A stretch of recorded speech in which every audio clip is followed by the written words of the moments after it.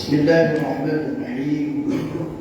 Assalamualaikum warahmatullahi wabarakatuh. Alhamdulillahilladzi asra bi'abdihi laylan minal masjidil haram ilal masjidil aqsa. Ashhadu an la ilaha illallah wahdahu la syarika lah. وأشهد أن سيدنا محمدا عبده ورسوله لا نبي بعده. اللهم صل وسلم وبارك على سيدنا محمد وعلى آله وأصحابه أجمعين. سبحانك لا علم لنا إلا ما علمتنا إنك أنت العليم الحكيم. لا حول ولا قوة إلا بالله العلي العليم. قال الله سبحانه وتعالى في القرآن الكريم وهو أصدق القائلين: أعوذ بالله من الشيطان الرجيم. بسم الله الرحمن الرحيم. إنني أنا الله لا إله إلا أنا فاعبدني وأقم الصلاة لذكري. صدق الله العظيم. Ibadallah, hadirin kaum muslimin wal muslimat sidang jamaah fardu subuh yang dimuliakan Allah Subhanahu wa taala. Bersyukur kita kepada Allah Subhanahu wa ta'ala. Allah masih anugerahi kita berbagai macam kenikmatan. Nikmat umur panjang, nikmat kesehatan dan kesempatan, dan nikmat yang lebih besar dari itu adalah nikmat iman, nikmat Islam dan hidayah. Dengan nikmat iman, nikmat Islam dan hidayah ini, alhamdulillah, suara azan bagi kita masih terdengar suara yang amat sangat merdu. Suara azan masih terdengar sesuatu panggilan yang amat sangat mulia. Sementara ada orang yang sudah merasa tersiksa dan merasa bising mendengar suara azan. Bahkan ada orang yang sudah menyerupakan suara azan seperti suara gonggongan anjing. Masya Allah. Padahal suara azan adalah kalimat-kalimat, lafaz-lafaz kebesaran Allah Subhanahu wa ta'ala. Azan adalah panggilan Allah. Allah yang memanggil. Hanya saja yang menyuarakan adalah para muazzin. Muazzin adalah orang yang menyuarakan azan. Dan luar biasa subuh ini Pak Benci langsung dari yang azan. Banyak hadis menyebutkan Allah akan memberikan pahala besar bagi para muazzin, orang-orang yang mengumandangkan azan, yang ikhlas karena Allah, bukan cari upah, ikhlas karena Allah. Dia azan ikhlas karena Allah. Karena azan itu sendiri adalah merupakan seruan mengajak orang, terutama orang-orang Islam, orang-orang muslim, muslimat, untuk sholat berjamaah. Itu tujuan utamanya. Oleh karena itu orang yang melecehkan azan itu berdosa hukumnya, sangat berdosa. Secara hukum fiqh, secara syariah, azan untuk memanggil orang menunaikan sholat berjamaah sunnah, dibesarkan suaranya, berteriak, sebagaimana ketika Rasulullah perintahkan Bilal untuk mengumandangkan azan ketika Fathu Makkah, ketika Mekah dikuasai dan dimenangkan oleh kaum muslimin ketika itu. Maka untuk pertama sekali kata Rasulullah, wahai Bilal, engkau masuk ke dalam Ka'bah, kumandangkan azan sekeras-kerasnya untuk kita tunaikan sholat. Ya, jadi Masya Allah, azan adalah kalimat terbaik, dan orang yang memperdengarkan azan atau para muazzin adalah orang yang akan diberikan kedudukan khusus nanti oleh Allah pada hari kiamat. Ada hadis menyebutkan bahwa para muazzin nanti ada kelompok tersendiri dia. Sedikit diberikan kelebihan oleh Allah. Apa tandanya? Lehernya agak panjang sedikit. Kalau kita bayangkan lucu juga, ini macam jerapah nanti, bukan?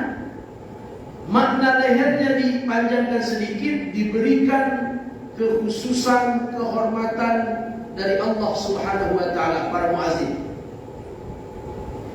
Kata Rasulullah sallallahu alaihi wasallam, andaikan kalian tahu untuk menjadi seorang muazzin itu bila perlu kalian berebut. Andaikan tahu bagaimana pahala seorang muazzin, orang yang mengumandangkan azan. Bahkan bila perlu minta untuk diundi dia, berebut-rebut. Alah lun lah, be lun uronyo, be lun, berebut-rebut.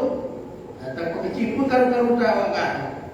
Yo, kita lun menghentak azan. Undi-undi siapa apa di antara kalian? Sampai begitu mestinya untuk azan ini berebut-rebut. Tapi untuk menjadi imam bertolak-tolak. Pak Imam, Pak Imam kita pun Masya Allah luar biasa. Awal asal sudah kita suruh sudah pegang leher. Masya Allah. Begitu orang-orang yang alim, orang-orang yang punya kefahaman, punya ilmu, bukan minta jadi imam. Kalau ada orang lain yang lebih mampu, lebih bagus orang lain. Saya pun sebenarnya tadinya mau menolak juga, cuma kalau tolak menolak, jadi nanya saya menjamaah. Itu juga. Saya kalau hadir Abu Bakar, seseorang walaupun beliau kadang-kadang tak deh Abu. Tadi malam kami ada sama dia ada tahdir, padahal sudah diumumkan yang akan memimpin tahdir sama dia malam ini Ustaz Ustadi. Karena Abu Bakar, pada mungkin aku aja kan. Walaupun Abu bilang, enggak Ustaz, enggak. Abu, Masya Allah. Kalau untuk azan tidak begitu, berebut, loranya. Di satu kampung hari ini, Masya Allah ada begitu, berebut-rebut. Saking berebut-rebut jadi muazzin, waktu masih 10 menit lagi sudah azan. Itu juga jangan begitu. Bingung kami semua, kok udah azan? Padahal ngaji di Masjid Raya belum lagi sedekah, ini kok udah azan nih? Cari informasi, kenapa bisa terjadi begitu? Itulah Ustaz, gara-gara sekali azan 15.000. Itu juga jangan begitu kan? Kita azan ini adalah satu kemuliaan. Orang yang akan diberikan oleh Allah mahkota khusus, kedudukan khusus nanti di hari kiamat para muazzin itu, para muazzin yang ikhlas karena Allah di dalam mengumandangkan azannya. Bapak Ibu yang dimuliakan Allah Subhanahu wa taala, kita juga berselawat kepada Rasulullah Muhammad sallallahu alaihi wasallam yang sunnah-sunnahnya begitu luar biasa. apa yang telah beliau lakukan, apa yang telah beliau ucapkan, semuanya menjadi amal ibadah ketika kita mengerjakannya. InsyaAllah. Sering kami sampaikan, sekecil apapun sunnah yang beliau tinggalkan, jika kita amalkan dalam kehidupan kita, maka InsyaAllah membawa keberkahan bagi hidup kita, sekaligus mendapatkan pahala dari Allah Subhanahu wa ta'ala. Oleh karena itu, mari kita terus sempurnakan pelan-pelan, hidupkan lagi sunnah-sunnah Rasulullah. Apapun itu, apa yang telah beliau lakukan, sunnah fi'liyah, apa yang telah beliau sampaikan, sabdakan, sunnah qauliyah, maka semuanya menjadi kebaikan. Ada kalanya beliau menyuruh kita untuk melakukannya, ada kalanya beliau melarang kita agar tidak melakukannya. Sesungguhnya suruhan dan larangan yang disampaikan oleh Rasulullah semuanya untuk kebaikan kita semua. Bapak Ibu yang dimuliakan Allah Subhanahu wa ta'ala, sedikit kami singgung tentang Isra Mi'raj yang hanya beberapa hari lagi, tanggal 27 Rajab. Semua kita maklum, ada satu peristiwa besar bagi kehidupan Rasulullah, yaitu peristiwa Isra dan Mi'raj. Ini peristiwa yang amat dahsyat sesungguhnya, yang umat Islam ini, alhamdulillah, kita yang hidup jauh jarak kita dengan Rasulullah, alhamdulillah bisa mengimani. Andai kita hidup pada zaman itu, pada saat Rasulullah Sallallahu Alaihi Wasallam, dan Rasulullah menceritakan kepada kita, umpama kita hidup di masa itu, tentang apa yang telah beliau alami dalam peristiwa Isra Mi'raj, wallahu a'lam, kita ini berada di mana? Apakah kita termasuk kelompoknya Abu Bakar, yang ketika disampaikan kepada Abu Bakar, wahai Abu Bakar, aku ini baru saja pulang dari Isra dan Mi'raj. Pada sepertiga malam tadi malam itu, datang Jibril membawaku, lalu aku diajak berjalan dari mana? Dari Masjidil Haram di Mekah menuju Masjidil Aqsa di Palestina. Jarak yang Masya Allah jauh. Apalagi ketika itu kendaraan yang paling canggih adalah unta. Kita tahulah bagaimana unta jalannya, menempuh jarak yang begitu jauh. Lalu kata Rasulullah, aku naik lagi dibawa oleh Jibril, menembus langit pertama, kedua, ketiga, ketujuh, sampai kemudian ke Sidratul Muntaha. Allah izinkan lagi aku melihat surga, melihat neraka, dan melihat sebagian besar tanda-tanda kebesaran Allah. Aku terima wahyu salat di sana, lalu kemudian aku turun lagi, dan sekarang subuh ini aku sudah berada lagi di Masjidil Haram. Maka apa dijawab Abu Bakar ketika itu setelah mendengar penjelasan Rasulullah? Wahai Muhammad, lebih dari itu kau cerita kepadaku, aku percaya. Begitu hebat iman Abu Bakar. Semua yang kau ucapkan, semua yang kau lakukan, semuanya aku benarkan, aku iman. Maka sejak itulah Abu Bakar mendapat gelar As-Siddiq. Kita sebut sekarang Abu Bakar Siddiq. Apa itu Siddiq? Orang yang membenarkan semua perkataan Rasulullah. Imannya begitu hebat. Secara logika manusia, macam mana mungkin dalam waktu yang relatif singkat, sepertiga malam perjalanan begitu jauh, bahkan amat sangat jauh, dicerita sampai ke langit, menerima wahyu, turun lagi. Tapi Abu Bakar Siddiq ketika itu langsung beriman, percaya, membenarkan apa yang terjadi pada diri Rasulullah SAW. Lalu yang kedua golongannya Abu Jahal, Abu Lahab dan abu-abu lainnya lah yang menentang Nabi. Ketika cerita yang sama dengan Abu Bakar, ketawa ngakak orangnya. Mana mungkin ya mama? Sampai kemudian kau bilang kamu pergi ke langit? Iya kata Rasulullah, aku dibawa ke langit menembus. Sekarang jangan jauh-jauh Muhammad, jangan jauh-jauh. Coba angkat kakimu sebelah. Nabi pun angkat kakinya sebelah. Nah sekarang kau angkat sebelah lagi. Ketika Nabi mengangkat kakinya sebelah lagi, terjatuh. Ketika terjatuh Muhammad ketawa terbahak mereka.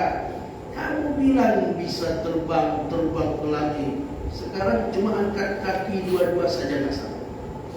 Maka semakin menjadi-jadilah mereka tidak beriman kepada Muhammad sallallahu alaihi wasallam. Atau golongan yang ketiga, ragu dia. Bagaimana ragunya?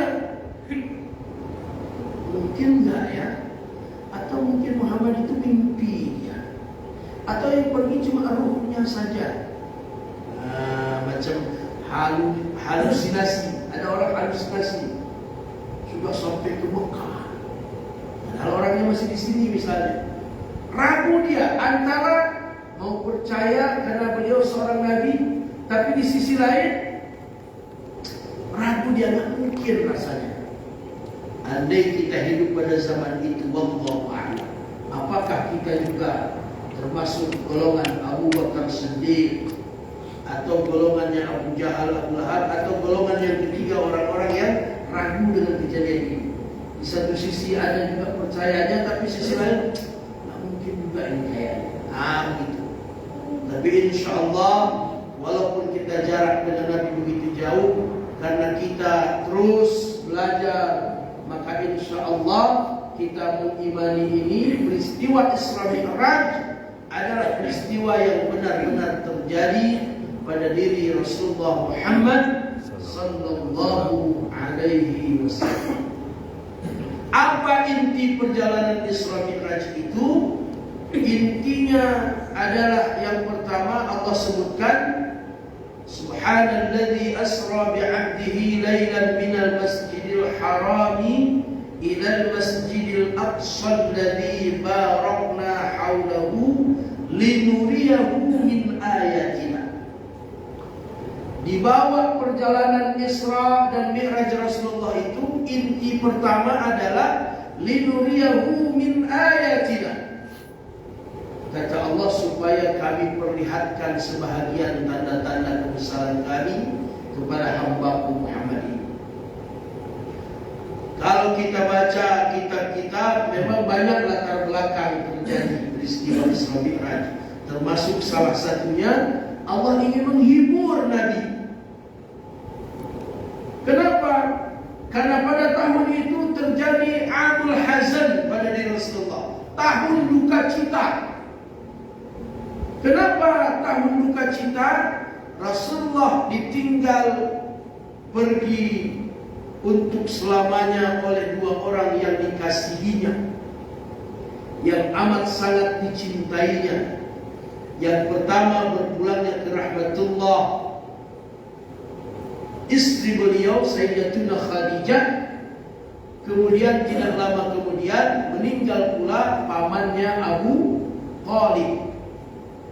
Di tahun yang sama, dua orang yang amat sangat dekat dengan Nabi ini, yang beliau amat sangat cintai ini, meninggal, wafat. Sehingga beliau merasa sedih.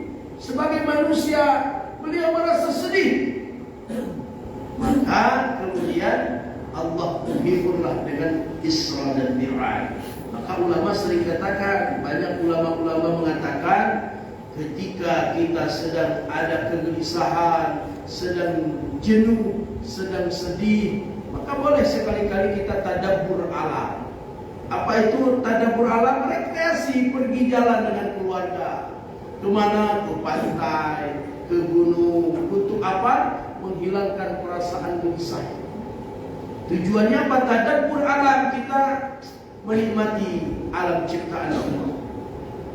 Nabi Muhammad sedang sedih, sedang berduka di bawah Isra Mi'raj ini, linuriyahu min ayatina, kata Allah. Maka ketika diperlihatkan sebagian tanda-tanda kebesaran Allah, mulai lupa dengan sedihnya, terobati dukanya, semangat lagi Rasulullah. Nah, banyak kalau kita baca kitab yang menerangkan peristiwa Isra Mi'raj ini, sesuatu yang dilihat oleh Rasulullah Sallallahu Alaihi Wasallam, dan banyak yang tidak beliau pahami. Untunglah ada apa namanya kalau dalam jalan-jalan itu guide. Nah, guide-nya siapa?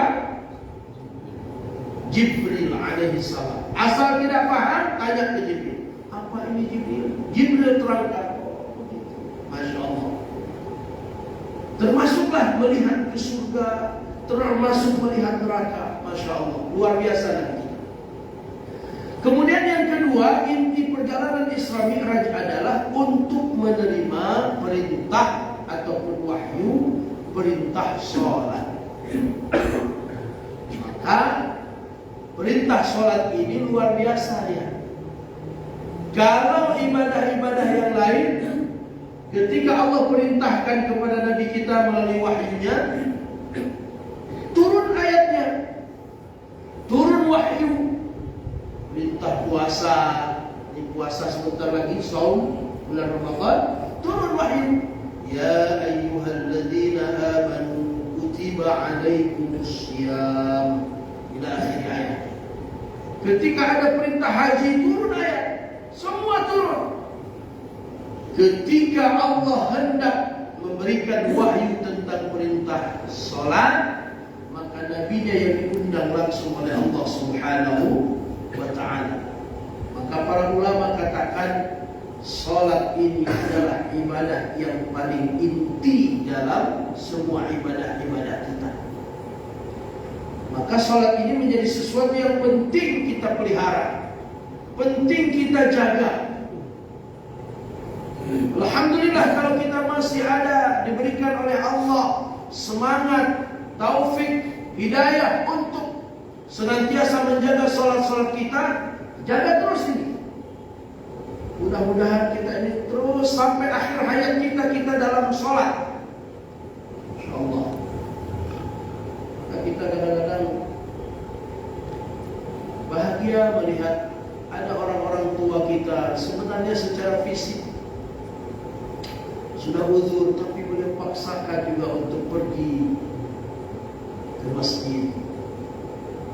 Saya kadang-kadang kalau di kompleks saya itu, kalau berangkat lebih awal, orang-orang tua itu Masya Allah, setengah jam lagi mau subuh, sudah jalan pelan-pelan jalannya karena mungkin lututnya sudah sakit.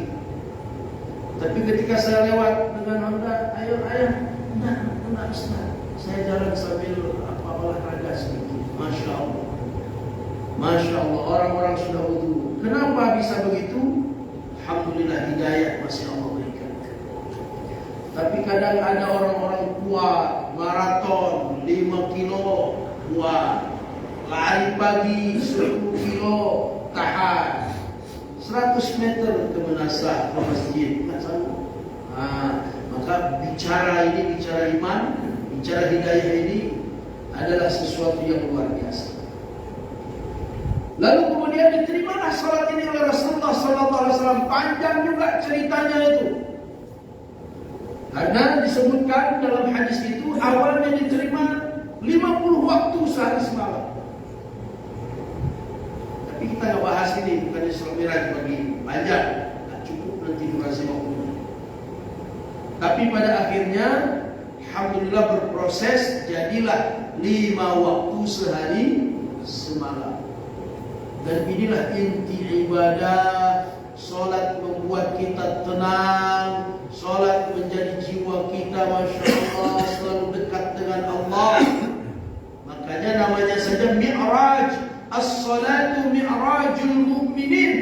Salat itu mi'rajnya orang-orang mukmin. Ketika kita salat, kita sedang berdialog dengan Allah. Sebagaimana ketika Nabi kita Muhammad berdialog dengan Allah dalam peristiwa Isra dan Mi'raj. Bapak Ibu yang memuliakan Allah Subhanahu wa taala, dan sholat ini harus terus diajarkan dia kepada anak cucu kita. Jangan suruh-suruh aja, tapi diajarkan. Maka kalau ada anak-anak kita masih kecil-kecil, cucu-cucu kita di rumah, kita sholat sunnah, ajak mereka. Sekurang-kurangnya mereka lihat, oh kakek lagi sholat. Kadang-kadang ganggu juga, tapi nggak apa-apa. Mengganggunya mereka adalah proses belajar. Hari-hari mereka lihat kakek neneknya sholat, kakek neneknya ngaji, itu yang tertanam dalam hatinya. Lalu lama-lama dia ikut-ikutan. Bagaimana sujud? Kadang-kadang kakeknya sedang sujud, naik di punggung dia kan? Biarin. Karena dulu Rasulullah juga ternyata seperti itu. Ketika cucu beliau Hasan dan Husain masih kecil-kecil itu, Rasulullah sujud, rupanya sudah naik ke atas punggungnya. Dan Rasulullah tidak cepat-cepat bangun sampai cucunya turun duluan. Jangan sampai kita paksa nanti bangun sampai terbentur nanti. Jangan, makanya biarin saja. Masya Allah. Begitulah Rasulullah mengajari cucunya Hasan dan Husain. Karena ada apa? Ibu yang dirahmati Allah, kalau tidak diajari anak-anak kita, usia sudah mau SD usia berapa? 7 tahun, belum ngerti sholat. Diajak ke musola, bengong dia. Rupanya apa? Selama ini dia di rumah tidak pernah melihat orang tuanya sholat, sehingga asing bagi dia. Begitu datang diajak sama temannya ke musola, bingung dia. Jangan sampai seperti itu anak kita. Maka diajarkan, kata Rasulullah, ajarkan anak-anak kalian untuk sholat, ajarkan mereka. Bagaimana cara mengajarkan anak kecil sholat? Minimal itulah lihat. Melihat bagaimana sholat. Usia 7 tahun, bawa ke masjid, ke menasab. Yang penting kita cuci dia bersih, mandiin dia yang rapi, suruh duduk di belakang. Melihat dia hari-hari, lama-lama akan ikut. Saya senang ada satu orang tua, ada 4 orang anaknya, 4 tiap subuh itu sudah mandi. Sampai yang masih kecil. Dan yang luar biasanya, 4-4-nya anak ini macam anak tangga itu, 4-4-nya sholat. Yang kecil itu lucu, kadang-kadang menengok dulu abangnya. Kalau abangnya ruku, dia tengok-tengok gitu. Ada belum tahu, tapi dia tengok, Masya Allah. Sudah terlatih dari kecil. Karena sholat ini kalau kita tidak biasakan dari kecil, tidak biasakan dia ke masjid, sudah besar bingung sendiri dia. Belum pernah dari kecil dibawa ke masjid, tidak pernah diajari sholat. Nah, itu barangkali Bapak Ibu yang dirahmati Allah, kami singgung sedikit masalah sholat ini. Dan sholat yang terbaik adalah sholat caranya Rasulullah. Nabi bersabda, "Shallu kama ra'aitumuni usolli." Sholatlah kalian sebagaimana kalian lihat bagaimana cara kami sholat. Bagaimana cara aku sholat. Bagaimana cara Rasulullah sholat. Untuk sholat-sholat yang wajib, kita baca dalam sirah kehidupan Rasulullah, beliau tidak pernah tinggalkan sholat fardu secara berjamaah, tapi selalu dikerjakan secara berjamaah.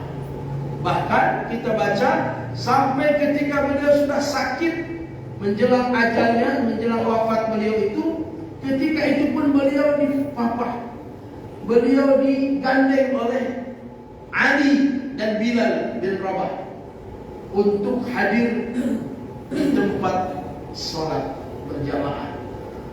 Ketika itu Rasulullah menunjuk Abu Bakar As-Siddiq sebagai imam. Kata Abu Bakar, "Engkau masih ada ya Rasulullah? Hari ini aku sedang sakit dan sakitku amat sangat parah. Silahkan aku izinkan engkau menjadi imam kami." Maka ketika itu Abu Bakarlah berdiri tampil menjadi imam ketika Rasulullah sedang sakit. Dan para ulama katakan ini sinyal bahwa ketika nanti Rasulullah sudah wafat, yang akan memimpin melanjutkan estafet kepemimpinan adalah Abu Bakar Siddiq radhiyallahu anhu. Dan memang benar, ketika Rasulullah wafat, lama bermusyawarah, akhirnya sepakat semua Abu Bakar Siddiqlah menjadi khalifah pertama sebagai Khulafaur Rasyidin yang memimpin keberlanjutan pemerintahan Rasulullah sallallahu alaihi wasallam. Bapak Ibu yang dimuliakan Allah SWT, maka yang paling penting adalah sholat itu seperti Rasulullah. Bagaimana sholat seperti Rasulullah? Yang pertama, dilaksanakan berjamaah. Kita usahakan. Dan untuk mendirikan sholat berjamaah diawali dengan azan tadi. Jadi azan ini memang seruan untuk supaya orang bisa hadir sholat berjamaah. Maka harus dengan keras. Jadi kalau ada larangan-larangan supaya azan dibatasi, nggak usah dengar. Itu intinya. Siapapun yang ngomong itu. Karena apa? Kita menurut syariat, azan waktu sholat harus keras. Tapi nanti ada waktu-waktu tertentu kita, misalnya ada pengajian agak lambat kita, jangan keras-keras lagi keluar. Bingung orang nanti. Misalnya ada pengajian zuhur sampai jam 2 misalnya, belum apa. Kalau sudah lewat seperti itu, ya tidak usah azan lagi. Nanti orang bingung nih, azan zuhur apa sudah asar ini. Tapi ketika azan di awal waktu sholat, ini sunnah hukumnya dikeraskan sekeras-kerasnya. Karena tujuannya mengajak orang lain. Dan alhamdulillah, hampir semua masjid, hampir semua madrasah sekarang ada limit. Ada timer ini, ada waktu yang mengatur limit waktu antara azan dan iqamah. Zaman Rasulullah tidak ada, tapi memang Rasulullah ada jeda banyak. Kalau kita di Mekah, Madinah rata-rata kalau subuh itu hampir 20 menit. Jadi orang insya Allah yang kesiangan pun dapat sholat fajar itu, qabliyah subuh itu. Begitulah supaya orang mendapatkan pahala fadilah daripada sholat sunnah fajar. Nah, inilah inti daripada peristiwa Isra Mi'raj. Bagaimana kita senantiasa menjaga sholat kita dirikan sholat secara berjamaah, karena memang sholat ini merupakan ibadah inti dan ibadah yang lain. Baik Bapak Ibu yang dirahmati Allah, kajian kita subuh ini singkat saja ini. Kita gabungkan dua bab. Bab pertama adalah sikap orang yang berpuasa bila diundang dan dihidangkan makanan kepadanya. Dan sering nih kita lagi puasa sunnah Senin, atau puasa sunnah Kamis, atau puasa lain lah. Tapi kita ada undangan ini, karena banyak di tempat kita kadang-kadang buat acara hari Senin. Papan orang Senin, uraf-gapnya. Ya memang bagus hari Senin kan. Tapi bagaimana sikap ketika kita sedang berpuasa sementara kita ada undangan? Banyak kadang-kadang sering ditanya saya, gimana Ustaz ini? Hanaja, mana ngon, menyoja, belum puasa. Karena ternyata Rasulullah SAW memberikan tuntunan kepada kita lewat hadisnya. Kita baca hadisnya. An Abi Hurairah radhiyallahu anhu qala Rasulullah sallallahu alaihi wasallam, "Idza du'iya ahadukum falyujib, fa in kana sha'iman falyusalli, wa in kana muftiran falyat'am." Rawahu Muslim. Simple. Dari Abu Hurairah radhiyallahu anhu berkata, Rasulullah bersabda, apa kata beliau? Bila salah seorang di antara kamu sekalian diundang, maka hendaklah ia memenuhi undangan itu. Kewajiban kita adalah memenuhi undangan, bukan makannya. Kita kadang-kadang kalau sudah diundang terbayar makannya. Kata Rasulullah, kalau kita diundang, falyajib, penuhi undangan itu, mesti pergi. Lalu kemudian kata Rasulullah, bila sedang berpuasa, maka hendaklah ia mendoakan. Datang karena kita berpuasa, selamat, masya Allah. Ini anak yang keberapa ini? Yang pertama ini, mudah-mudahan keluarganya doakan. Lalu kata Rasulullah, dan bila dia tidak berpuasa, maka hendaklah ia makan. Kalau disediakan makan, makan. Bagaimana cara ngeles kita ketika setelah salaman itu disuruh kita makan dulu, get. Kadang tidak begitu. Kalau kita bisnis sedikit, saya makanlah, mudah-mudahan keluarganya bahagia. Kalau memang kita perlu bisikan saja. Maaf di hari ini untuk makan tidak bisa. Yang penting keluarganya bahagia. Sudah senang.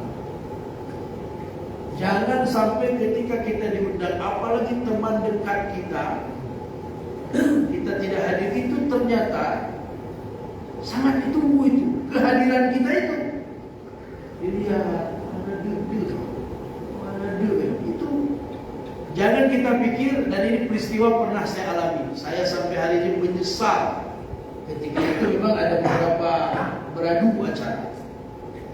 Ketika saya diundang oleh salah seorang pejabat ini baik, mantan pejabat kami. Dulu di tempat kami wakil kepala dinas. Dulu kan ada wakil kepala dinas. Terakhir ketika beliau acara itu sekretaris Dewan Provinsi Aceh, Sekwan. Beliau buat acara walimah. Saya diundang sengaja, dikasih undangan, dan dia katakan, Ustaz, ini beradu acara beberapa acara. Saya berpikir ketika itu, kalau kita nggak hadir mungkin nggak nampak.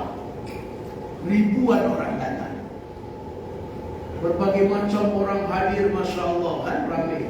Saya ketika itu ada halangan beradu apa gitu, sehingga hari itu tidak sempat hadir. Pikiran saja ketika itu nggak hadir kita mungkin nggak terasa. Apalah kita ini, mungkin nggak beliau nantikan. Ini pikiran waktu itu. Berlalu 3 hari kemudian, Bapak Ibu yang dirahmati Allah, ketemu di masjid di kampung beliau. Ditepuk saya bahu dari belakang, Ustaz, kok nggak datang kemarin acaranya? Masya Allah Pak, saya mohon maaf, kemarin beradu acara, ada acara Pak. Kalau nggak bisa datang hari itu, kan bisa datang malamnya, kata beliau. Terkejut saya Pak ketika itu, karena kita pikir kita ini orang biasa-biasa saja dan tidak terlalu dinanti. Apa kata beliau? Ibu nungguin di rumah, istri beliau. Ibu nanya-nanya terus, mana Ustaz tadi? Masya Allah. Saya sejak itu Pak, sejak kejadian itu, kalau ada diundang orang, kalau nggak bisa siangnya, malamnya mesti pergi, insya Allah. Ini menjadi pelajaran berharga. Ternyata kalau kita sudah diundang, apalagi itu teman dekat, orang yang sudah kita kenal, memang kadang-kadang ditunggu itu. Kecuali kita memang ada alasan yang tidak mungkin kita elakkan, karena sakit, karena apa, dan lain sebagainya. Kata Rasulullah Sallallahu Alaihi Wasallam, kalau kita diundang, wajib penuhi undangan itu. Kalau berpuasa, doakan saja. Ada juga kadang-kadang orang puasa kan sunnah, memenuhi undangan kan wajib. Jadi kita buka saja. Yang wajib itu memenuhi undangannya, bukan makannya. Jadi kalau kita tidak makan, tapi kalau sudah dipaksa kali, itu wajib kamu masak, kamu kalau sudah ada bahasa itu, ya sudahlah. Kalau puasanya sunnah, kita batalkan demi menyenangkan hati orang lain. Insya Allah pahala puasa kita sudah didapatkan daripada pahala menyenangkan orang lain. Tapi kalau sanggup kita tahan dan bisa kita elakkan, penuhi tetap undangannya, makannya nanti boleh kita beralasan karena kita puasa. Jadi yang wajib itu memenuhi undangan, bukan makannya. Dan kalau sekali-kali kita sebagai tuan rumah ada kawan seperti ini, jangan marah. Kita hargai juga beliau sedang berpuasa. Alhamdulillah, drone kajak mantau ulun kasna. Kan ada istilah itu. Nengok aja sudah senang kita, bahagia hadir teman kita. Ini yang pertama. Yang kedua, bagaimana sikap orang yang diundang untuk jamuan makan, kemudian ada orang lain yang mengikut. Yang diundang kita nih, tapi kadang-kadang di tengah jalan jumpa kawan, ikut dia, nggak kita ajak tapi ikut. Atau mungkin begini, diundang kita, tapi anak ikut. Bagaimana ini? Ada tuntunan dari Rasulullah SAW. An Abi Mas'ud Al-Badri radhiyallahu anhu qala, da'a rajulun an-nabiy sallallahu alaihi wasallam li ta'amin sana'ahu lahu khamisa. Fatabi'ahum rajul, falamma balagha al-bab qala lahu an-nabiy sallallahu alaihi wasallam, inna hadha tabi'ana fa in syi'ta an ta'dhana lahu wa in syi'ta raja'a.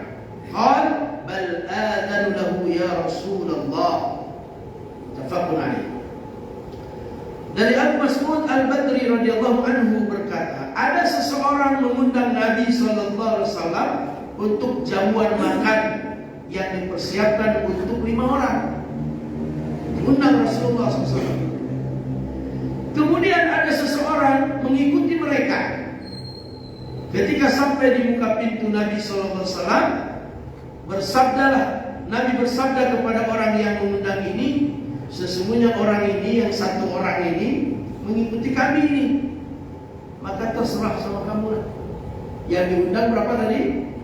5 orang. Ternyata ada satu orang ngintir nih kan, ada satu orang ikut ya, jadi 6 orang. Nabi tidak melarang orang yang ikut, biarin aja. Tapi begitu sampai di pintu orang ini, Nabi bersabda, ini yang satu orang ini tadi ngikut di jalan. Sekarang terserah kepadamu, apakah orang ini boleh gabung bersama kami untuk makan, atau orang ini pulang saja. Maka kata orang ini, ya Rasulullah, orang yang bersamamu juga termasuk tamu saya, maka silahkan gabung makan. Jadi harus ada izin. Intinya harus ada izin. Kalau kita diundang 5 bawa 6. Sering kejadian hari ini, kadang-kadang orang yang pesta kekurangan makan, ada itu diundang, maka harus jelas Pak undangan itu. Ustaz, Ustadi dan keluarga. Maksud dan keluarga ini termasuk anak atau suami istri aja? Yang berjelasnya. Artinya kalau kita undang, ini Ustaz ini ada 4 orang anaknya, berarti dan keluarga berapa? 6 orang. Nah, harus disiapkan 6 orang begitu. Makanya harus jelas sekarang. Dan keluarga anak kan keluarga juga. Sering saya, mohon maaf, di beberapa acara resepsi, padahal baru jam 2 tapi sudah kosong makanan. Boleh jadi karena itu tadi, tujuan yang mengundang dan keluarga itu suami istri ya. Ustadi dan keluarga, tujuannya supaya istri ikut. Kadang-kadang kita kan bawa anak mau ikut, 4 orang anak, sudah 6 orang. Maka harus jelas kita mengundangnya. Apakah dan keluarga itu dan keluarga semuanya, maka ya, bagus juga kalau ada yang terang undangannya. Kepada yang terhormat Ustaz Ustadi dan istri, berarti jelas 2 orang, tidak dan keluarga kan. Tapi bahasa Hanamangan bahasanya memang bagus dan keluarga. Tapi andai ada orang lain membawa keluarga, apalagi di kampung-kampung, Masya Allah. Kalau kami di kampung Pak, memang kalau sudah undangan 100 orang itu harus masak untuk 400 orang. Jadi memang anak-anak itu dibawa semua kalau kami di kampung Pak, di kampung kami. Kadang-kadang anak-anak itu memang ada berapa orang anak ikut semua, makan semua. Dan itu sudah menjadi biasa, tuan rumah menyiapkan memang. Jadi dan keluarga itu betul-betul anak-anak sudah dihitung semua. Itu Ustadi 6 orang, ini Dedi 5 orang, semua sudah dihitung. Maka insya Allah tidak pernah jadi kekurangan makanan, karena memang masaknya terus-menerus. Kalau di kampung tak berhenti masak. Ini dihidangkan jalan-jalan di dapur masih terus. Kalau kita di kota kan jelas, apalagi catering. Mana ada cerita. Pesan kita catering 1.000. Jika dikira nyampingan paling dikasih tambah 50. 1.050. Undangan kadang-kadang 1.200. Maka tidak heran jam 2 sudah kosong makanan. Ini ternyata Rasulullah mengajarkan kepada kita, andai kita diundang, ternyata ada yang ikut nih, hanya minta izin dulu yang ikut nih, diundang 5, datang 6 atau 7 orang. Ini yang 2 ini tidak masuk dalam kawasan undangan. Bagaimana caranya? Kita minta izin kepada yang mengundang itu. Ini 2 orang ini nggak masuk undangan ini.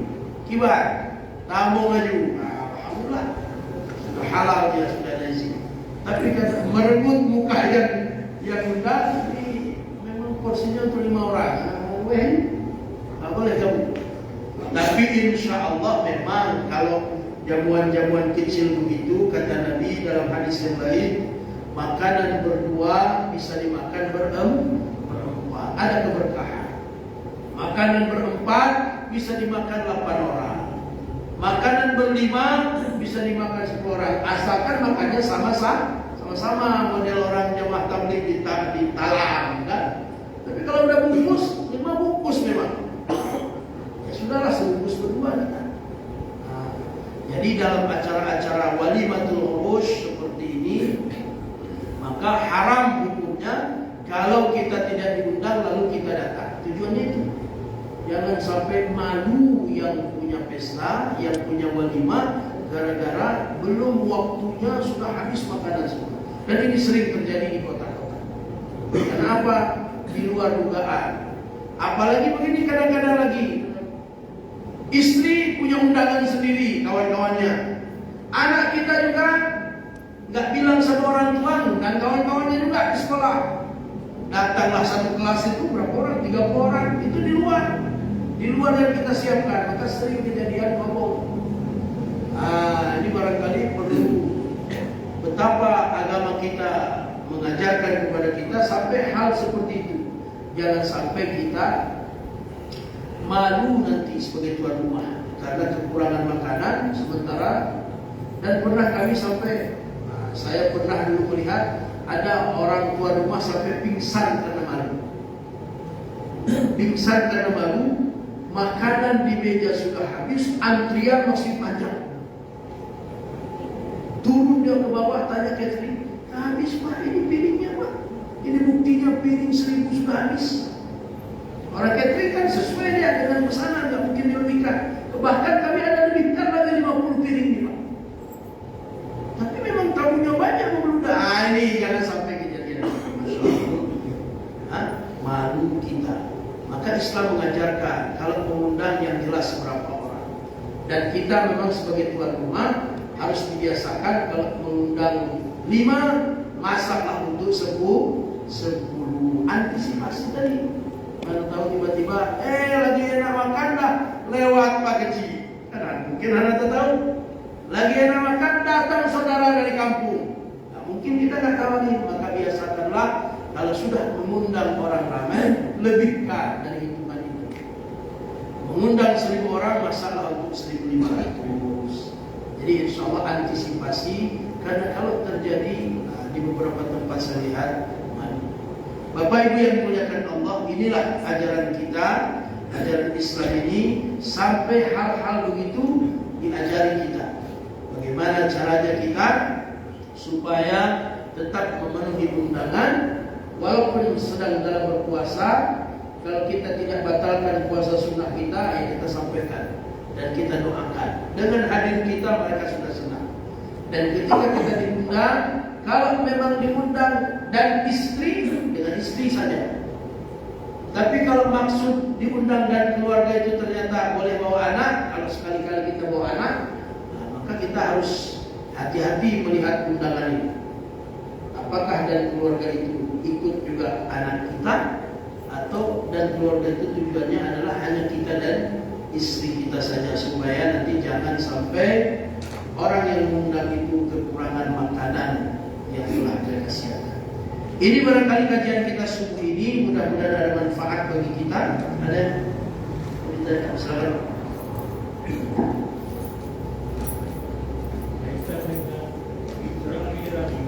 Baik.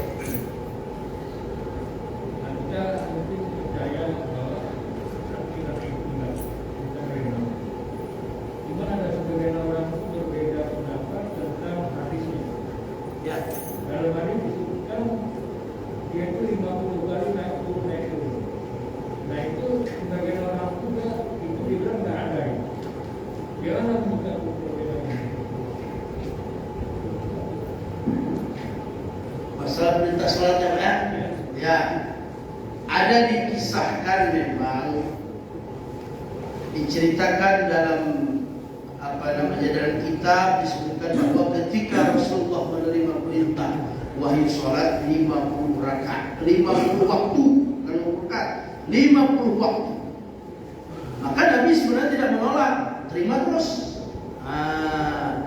Ketika beliau turun, karena beliau naik melalui pintu langit itu, maka di langit ke-6-nya, langit ke-7 bertemu dengan Nabi Musa alaihi salam.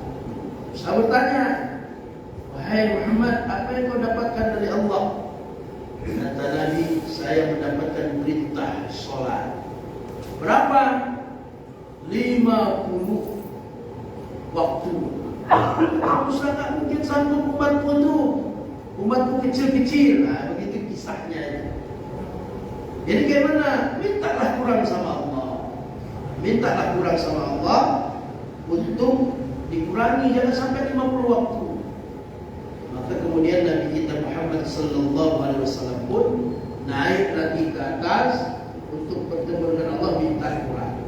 Nah, memang hadis riwayat ini sebagian ada mengatakan ini cerita Israiliyat. Apa cerita Israiliyat itu?